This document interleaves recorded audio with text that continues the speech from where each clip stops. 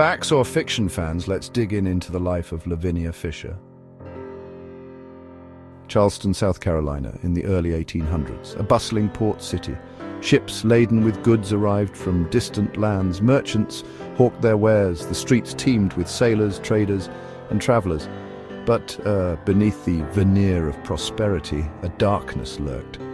Charleston had a sinister side. It was a place of secrets, where fortunes were made and lost, and sometimes lives were taken. Charleston was a city of contrasts. Wealth and poverty existed side by side. Grand mansions cast long shadows over squalid slums. It was a place where the elite of Southern society rubbed shoulders with rogues and scoundrels. In the heart of this bustling metropolis, a few miles north on the Charleston Neck, stood an unassuming establishment, the 6 Mile House. It was a tavern that catered to travelers, a place where weary souls could find respite from the long and dusty roads. The 6 Mile House stood at a crossroads. It was a place where people from all walks of life converged. The tavern was run by John and Lavinia Fisher, a seemingly ordinary couple. John was a burly man. He had a gruff exterior. He seemed content to let his wife manage their business. Lavinia was a striking woman. She possessed a certain charm. She had a disarming smile, and she was known for her hospitality. Travelers were drawn to Lavinia's warmth. She had a way of making them feel welcome.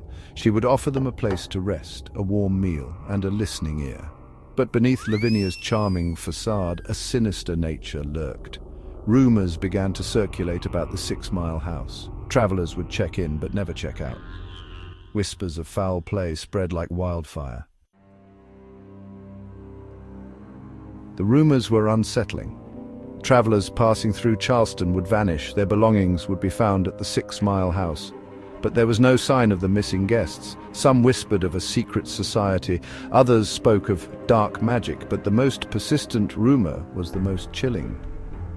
Lavinia, they said, was poisoning her guests.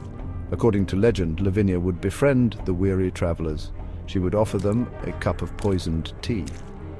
Once the concoction took effect, rendering the guests unconscious, John would dispose of the bodies. The Fishers would then rob their victims.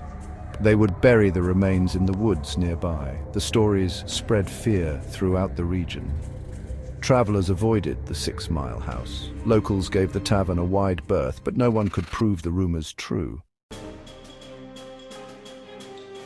And justice finds its way, the fall of the House of Fisher. One fateful night, a traveler named David Ross arrived at the 6 Mile House. He was weary from his journey and was looking forward to a night's rest.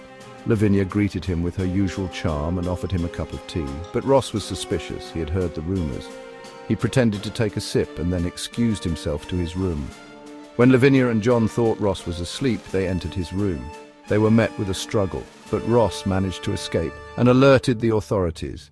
The police raided the 6 Mile House and found evidence of foul play. They discovered hidden rooms and a trapdoor. Underneath the tavern, they uncovered a grisly scene, the remains of numerous victims. The Fishers were arrested and charged with robbery and murder. The trial of John and Lavinia Fisher was a sensation.